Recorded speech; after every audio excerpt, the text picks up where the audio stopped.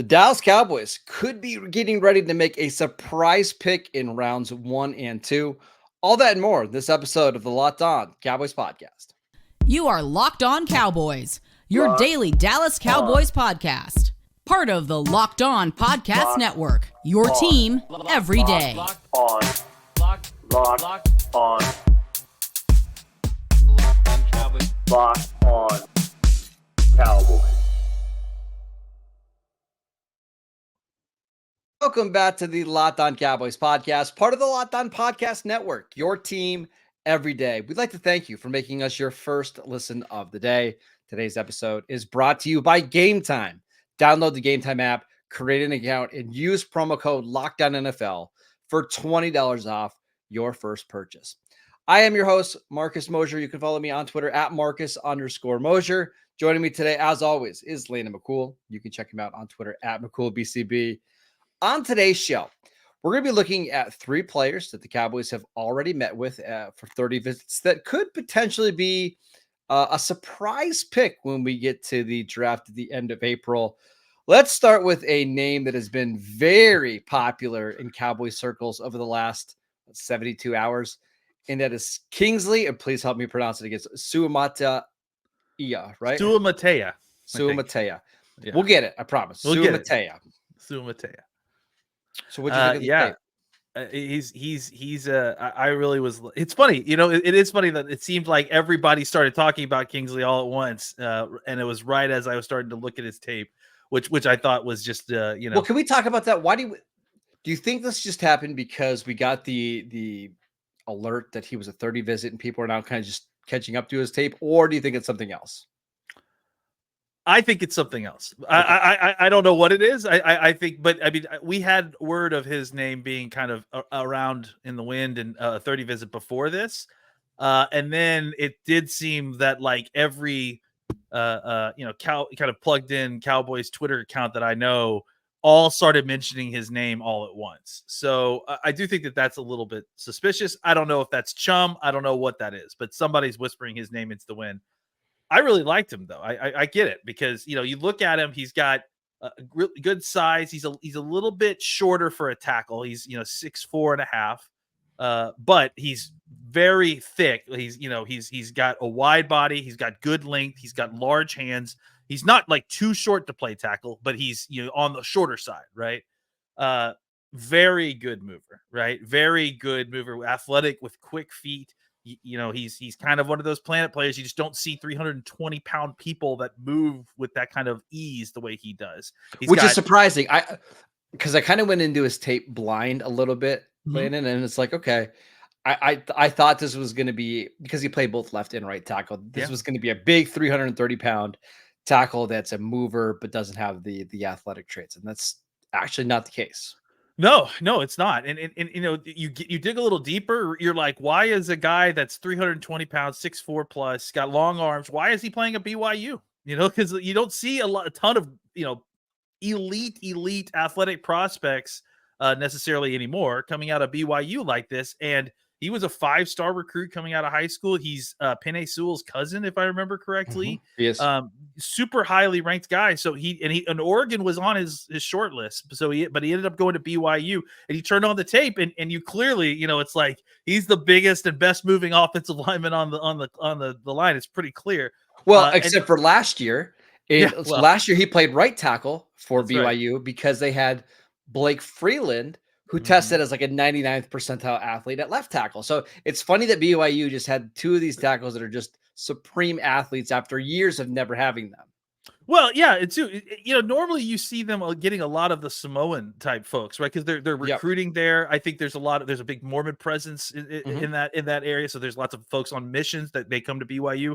So yeah, it is kind of an interesting spot where you sometimes will see these rare athletes that you normally would see going to Oregon or Oregon State, the kind of Samoan folks that are big, strong, and obviously like this, right? Where they're big, they're thick, they have like, girth to their bodies, they're strong, but they have quickness in their feet like you don't really see with the guys. You look at him physically and you would think, man, he looks like he's a plodding right tackle, right? But that's not how he moves at all. He's got good hip and ankle flexibility, which gives him a nice forward-leaning straight back stance, and then he moves in very well.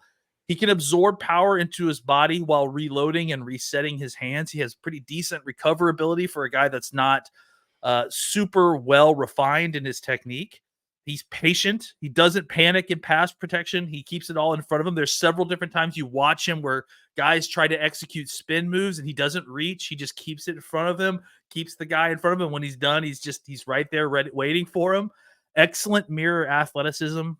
I think that's really what's that's his God-given talent, right? It's just that kind of ability to quickly move back and forth. He probably would have been an incredible basketball player too, I think, specifically on defense. He's still figuring out the details. I think that's where, his issues are, and that's where his upside is, right? He has some consistency issues in his strike placement. Certainly more good than bad, but consistency is what the goal is, right? You want it consistent. He needs to work a little bit more on his awareness. You and I actually talked about this in the DMs. He can tend to kind of drift too far away from the blocking scheme, and which gives his man a two-way go when there doesn't need to be. And he also seems to miss twists and stunts. That was a good note that you gave me. I started to notice. So I watched all of his pressures allowed from the last 2 years, and like 65% of them were on ones where he just missed the stunt. Like he was either late or just didn't get to it quick enough. Like that's his biggest weakness. And then the other pressures were basically ones where he just got beat inside, but that's it. I mean, like you're not beating him around the edge. And I only saw one rep at the Senior Bowl where somebody was able to get into his chest and kind of bulldoze him a little bit. But that's most of them become is almost like a play awareness thing. He just needs to get a lot quicker. And the mental process, it needs to be faster.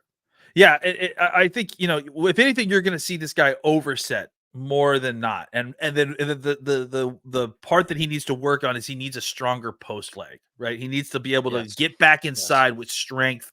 And like, if a guy goes back inside, he needs to push it, wash him out inside. And it'll be interesting to see if that changes. That's the interesting thing about looking at a guy, kind of playing left and right tackle at times is, does that change if he switches sides? Does he have a stronger post leg once it's swapped, right? And that would be an interesting thing to see as well. Go ahead. I just want to add something, and I really want to like Kingsley, and I do like him a lot because I do think there's a lot of upside as a pass blocker. And if you're watching with us on YouTube, you can see the stats via PFF: 80th percentile pass block grade, 80th percentile pass block grade on no play action, 57th percentile on true pass sets.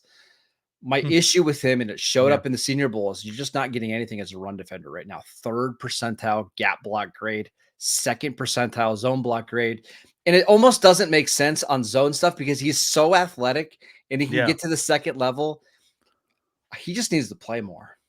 Yeah. I mean, that's honestly it. Like, I think, he has issues sustaining both in the pass protection game and in the run game. And I think it's technique based, right? Because he's just such a physical specimen. It's so naturally gifted that I think he gets away with a lot of stuff, and he has gotten away with a lot of stuff for years now. Like you watch him in like you just showed the zone stuff. You watch him in backside cutoffs, and man, like he's getting across the guy's face and he's bossing dudes while he's on the move. Like he's physically capable of doing it, but it's like, then he will like lose concentration. And I think that's it more than anything else, really, is that it feels like there's times late in the snap that he's losing concentration, right? Or that he's lost like where he is, or he's his hands get sloppy, or he starts waist bending because the guy, did something.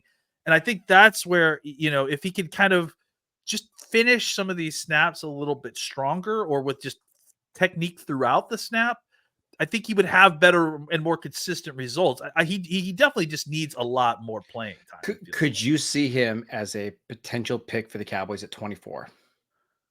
Yes, I could. I do see him as a bottom of the first round type of tackle, because I think his natural skill set is such that you can't teach that. Like you can't teach that kind of mirror athleticism for 6'4", 320 pounds with feet like that.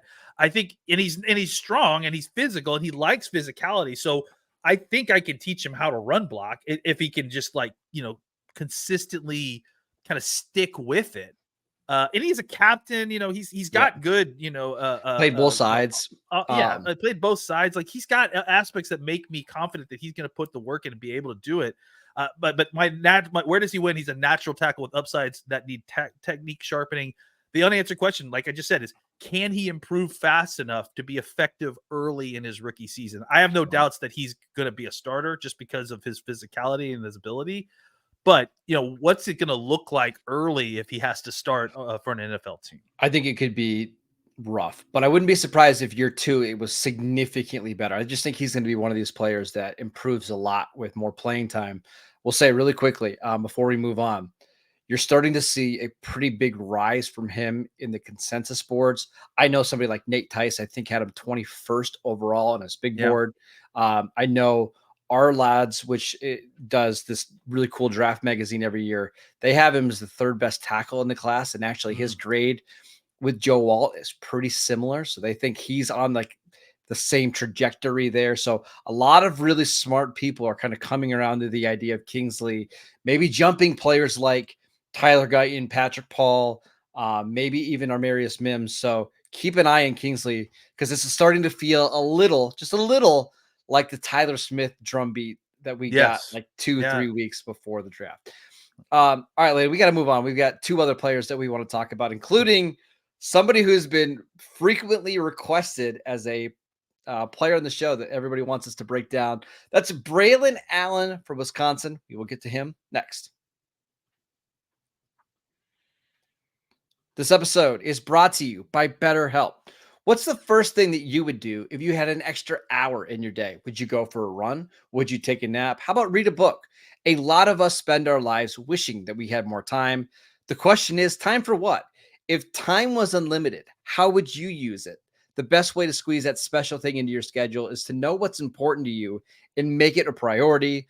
Therapy can help you find what matters to you so that you can go and do more of it. If you're thinking of starting therapy, give BetterHelp a try. It's done entirely online. It's designed to be convenient, flexible, and suited to your schedule. Just fill out a brief questionnaire to get matched with a licensed therapist, and you can switch therapists anytime for any reason at no additional charge. Learn to make time for what makes you happy with BetterHelp. Just visit BetterHelp.com/lockedon today to get 10% off your first month. That is BetterHelp, HELP.com/lockedon. Welcome back to the Locked On Cowboys podcast. Are you watching Fox Sports or ESPN on your TV all day? Are you having to turn down the volume because of all that shouting? Make the switch to Locked On Sports today, a free 24/7 sports streaming channel program for you every day to bring you the biggest stories without all that screaming. Locked On Sports today brings you can't miss analysis, opinions, and news streaming 24/7 on YouTube or on the free Amazon Fire TV channels app. Part of the Locked On Podcast Network, your team every day. All right, Landon, let's talk about Braelon Allen, who I think is one of the most interesting running backs in the draft. And I have a really hard time figuring him out. Yeah, and I think there's good reason for that. Let's talk about him. He's a tank. Like he's built like an absolute tank. He's 6'1", 235 pounds. He's thick through the middle and thighs. And he looks like a big, powerful power back like you would see. I mean, he looks like a traditional, what I grew up with, Wisconsin running back, right? Like he could easily be Ron Dane, like he reminded me of Jamal Lewis. I mean, I know that's not a Wisconsin, but that's what the type of running back he reminded me of. It's crazy the names that I pulled out of my brain while watching him, right? Because it's like it is kind of he looks like a throwback, right? Yes. That's not how he plays, though. It's not. He's a nifty runner for being so heavy. He's not afraid to break it east and west. His speed is certainly not an issue for this guy, right? It's very good for his size and basically good overall for all running backs. He's patient with the ball. He has good vision to find his spots and burst through the hole. Ball protection isn't quite to the level of an issue, but it's something to monitor. Right? Yeah, like I agree. I don't know if you watched Ohio State, you saw he had problems there. That fumble that he had at the end of that Iowa game was absolutely brutal. It was a 4th and 1 situation. I think they were down 12-6. They're driving and they just need 1 yard, and he gets a toss on the outside. He gets stood up at the 1 yard line, and then the ball gets stripped out. They lose the fumble. And that's the end of the game. It was brutal to watch for a guy that's like a draft pick running back, right? He has solid hands overall, I would say. But he's not necessarily a natural receiver of the football. Yeah, like I think you can throw him screens and that kind of stuff. Well, this is exactly what I was going to say. Will be a very good screen / outlet / dump off option, but not a receiving threat, really, right? Like he's a guy that you definitely can put out there on 3rd downs because he's a very good pass blocker, and he can go out into the flat. And if he gets the ball in his hands and he's moving, then he's dangerous. But I'm not like running option routes out of the backfield or Texas routes or having him run up the sideline necessarily. Or anything that got like a multiple move, kind of thing. That's just not his game necessarily. No. He has some Le'Veon Bell to his game. Times. He will be patient if the hole is clogged, and he'll wait for a second opportunity. He'll duck behind blockers a little bit to see if he can get better angles. He will not be taken down easily once he has a head of steam. That's really where he kind of gets, I feel like, this power back reputation is once he's going, tacklers bounce off of him. He's almost like the juggernaut. I don't know if you're Marvel comic fans, but once he has momentum, he's unstoppable, right? And you can't really seem to get him with indirect shots. Now, having said that, he is not Marshawn Lynch. Like he is. See, this is the thing. This is what I came across too. Is like because from what everybody says, he was playing about 245, 250 pounds. Yeah. I want him to be like a punishing power back, and he's not. And he's what he really is he's a home run hitter that's 245 pounds, and it's strange to watch it. Yeah, and I think you kind of reorganize my final thoughts of my notes here. Outside when honestly, my next note is outside of when he is at full speed and sometimes in pass pro, I don't see him using his weight to his advantage at all. It's not even a necessary part of his game. He's one of these players, and running back is a position you see this a lot, but it's not the only position where his mold of his play doesn't fit his game, right? He's even though he's a 240 pound, 6'1", stacked up back, there's too many times when I'm seeing him being stood up in the backfield, right? There's too many times when I'm seeing him stood straight up and he can't break the momentum of like one tackler, right? So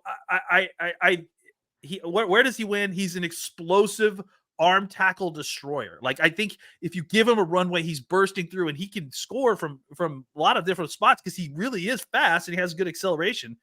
But my unanswered question is, can he unlock the rest of his game with a more power back mentality? Because I do feel like the mentality is part of the issue. There are times when a power back would just run through a dude's face, get north and south, and get that first down. And he decides to give him a jiggle, give him a shake, try to get outside like he's a 200-pound, scat back. And you get away with it that in college football a lot more than you're gonna be able to get away with it in the NFL. I know this sounds like a negative review of this guy. At the same time, I really want him having the football. Like I want to give him the football and have him carry it. Like if the Cowboys drafted him, I'm not upset about it at all. It makes a ton of sense. He's just frustrating because you feel like there's more to his game that he is kind of denying because he wants to be Le'Veon Bell. He looks like he's running like he's watched a lot of Le'Veon Bell clips and he should have been watching, Najee Harris or Rondé or someone who's like a little bit more. He should have been watching like Leonard Fournette because Leonard Fournette was a 240-pound guy that had speed, but it was also super physical. Like he had no problem being the physical back.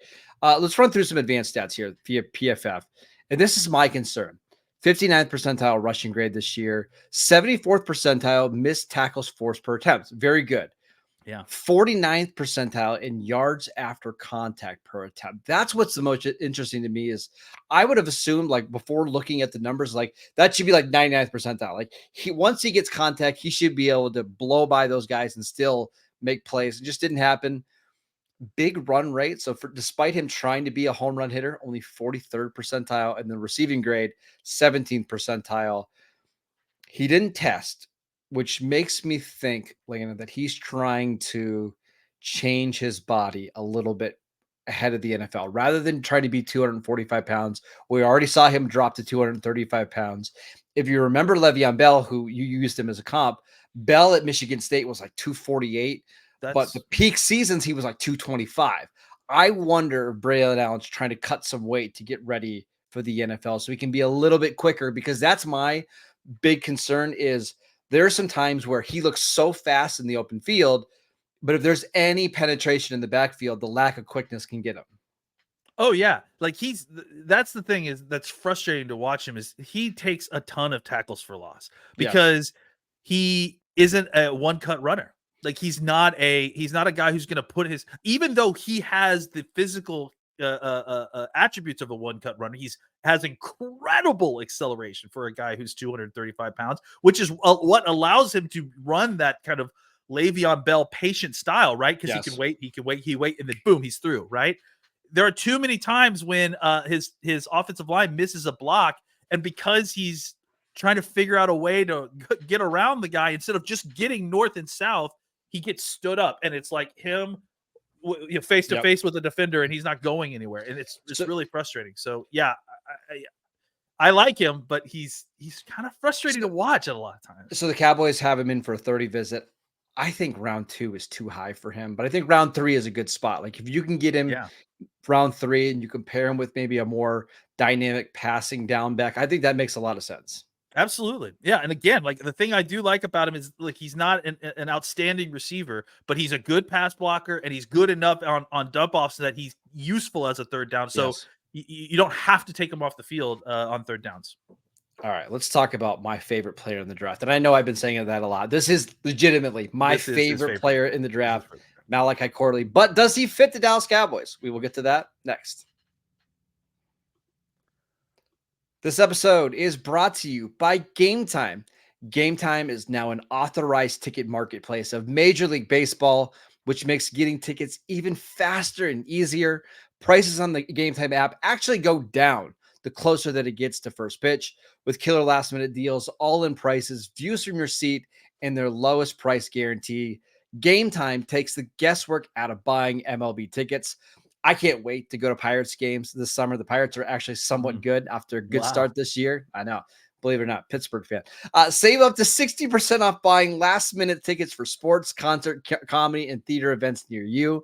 You can save even more with exclusive in-app deals on select seats ahead of the game or the event. Take the guesswork out of buying tickets with Gametime. Download the Gametime app, create an account, and use promo code LOCKEDONNFL for $20 off your first purchase. Terms apply. Again, create an account, redeem promo code LOCKEDONNFL for $20 off. Download the Gametime app today. Last minute tickets, lowest price guaranteed. Welcome back to the Locked On Cowboys podcast. We are discussing 3 sleeper picks for the Dallas Cowboys, including Western Kentucky wide receiver Malachi Corley. Landon, you and I have not talked about him yet because I wanted to get your thoughts before I clouded them at all. What did you see from Malachi on tape? Oh, it's too late, Marcus. You've been talking about this guy for months. Yeah, months. And there's no doubt this is your favorite player in the draft. Listen, we just did a guy that didn't feel like he always ran like he was 240 pounds, right, in his style. This is a 215-pound wide receiver who runs like he's a 215-pound wide receiver. And I mean that in a very positive way. Look, right out of the gate, he is the classic running back turned wide receiver. Like, I mean, physically build, he's got the running back build. He's under 6 foot. He's 215 plus, but he's got good length. He's got broad shoulders, and he's got, an average hand size. And along with those kind of things, not surprisingly, his routes are exceptionally basic, right? He runs a slant, he runs a go, he runs an out, he runs screens. Basically, that's the extent of his route tree. How much does that do to the quarterback there at Western Kentucky? Well, look, I think that's probably part of it, but I also think that there's something to the idea and that, it's when you're making a transition between positions, like become an expert at a small set of things, right? And if you can figure out a way to be an expert at those things, you can find a way to get your best offensive player the ball pretty consistently and have him deal with it. But I do think, yes, the quarterback certainly did not help him at times. He's what separates him, I think, from a lot of similarly flavored prospects, these kind of, running back, wide receiver hybrids, like you think, Paris Campbell and Laviska Shenault and these guys, right? Is that this guy has some contested catch ability. He's got really strong hands. Like the quarterback can't get the ball down the field to him very well, but when he's down there and he has to go up against a defensive back, he's good in contested catch situations. And again, lots of people have gotten into a lot of trouble trying to, invest only on contested catch wide receivers. Yes. That's not the case with him. No. Like, that's not line one. Line one for this guy, without a doubt, is Yak. This is a Yak machine with incredible vision and incredible balance. Not surprisingly, he transitions from being a ball catcher to ball carrier very well. I put in a note, if you guys haven't had a chance, there's if you watch him versus Middle Tennessee State, there's a quick out that he runs that's kind of like a screen out, right?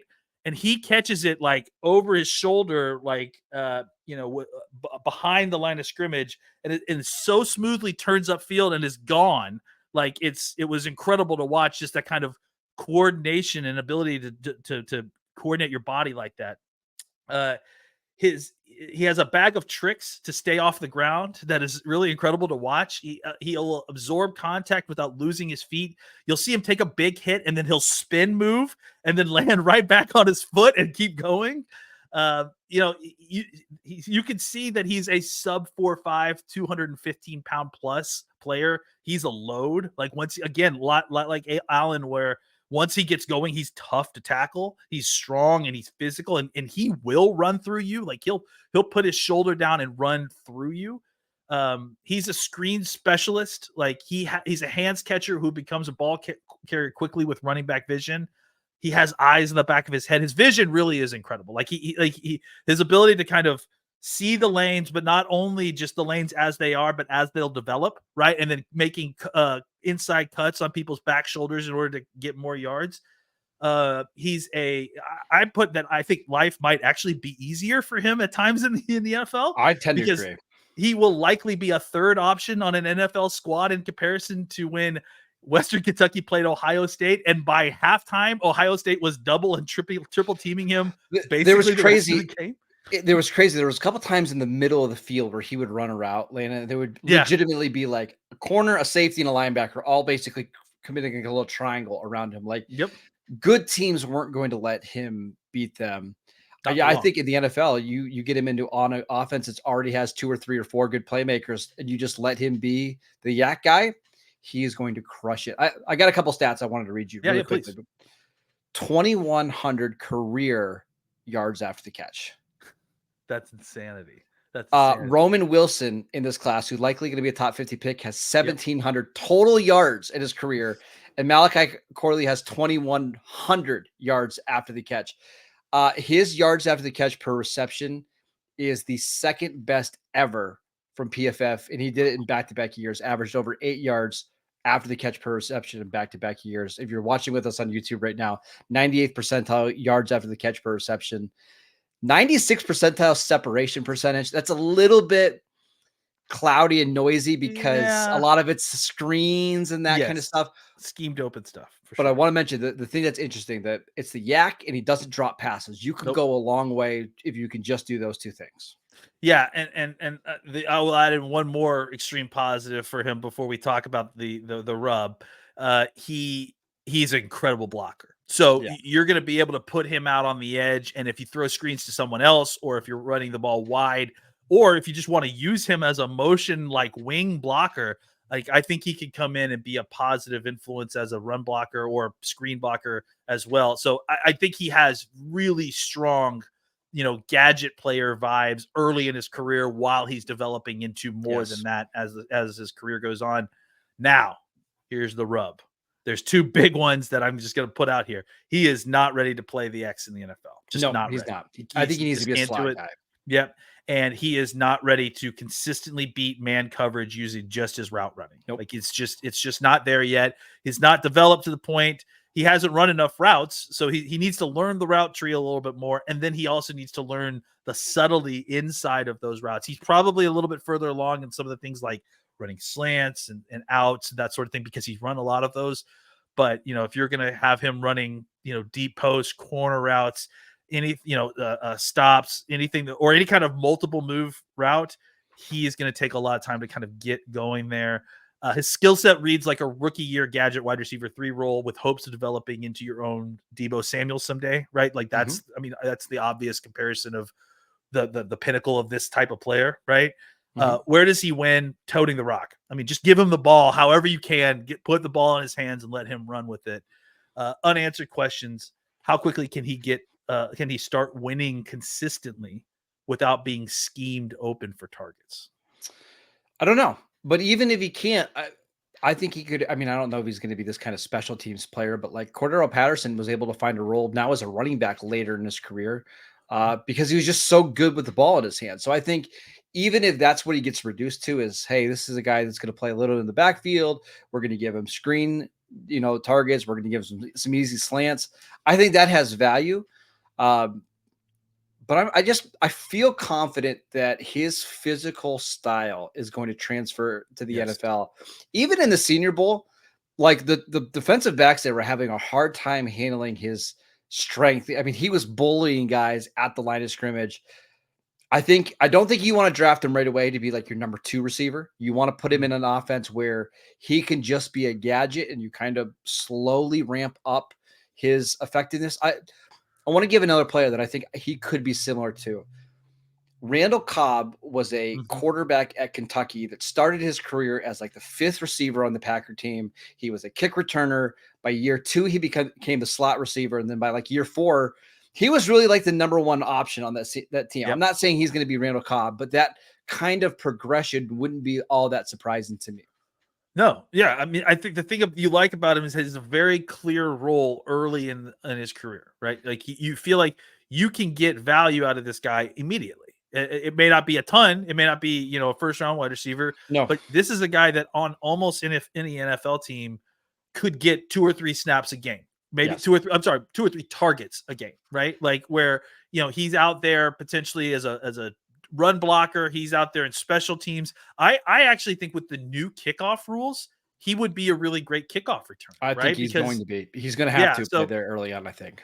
Yeah. So I think, I think he has a very clearly defined role early on, which is not something you can always say about these guys coming into the league. And then beyond that, he also has a very clear path on where he can go from there. So I like evaluations in which it's very straightforward and simple to see the path that the player has to kind of, their ceiling, whether that's, I've seen another guy who looks like that or something else. He just is a guy that has a very, we've seen this path before. We've seen his skill set before. Teams know how to leverage it. There's just a high level of confidence that he's going to be able to overcome his small school stature and be able to play in the NFL. I'm a big fan. I think he goes in round 2 because there's just so many teams that need this type of player on their offense. There's so many Shanahan style offenses that can use this type of player. Expect him to go pretty early. That is it for today's show. We want to thank you for making Locked On Cowboys your first listen every single day. Go check out the channel on YouTube. We post videos every single day over there. Go download the podcast wherever you get your podcasts. We are free and available on all platforms. Go follow Landon on Twitter at McCoolBCB. I'm at Marcus_Mosher, and we will see you right back here tomorrow.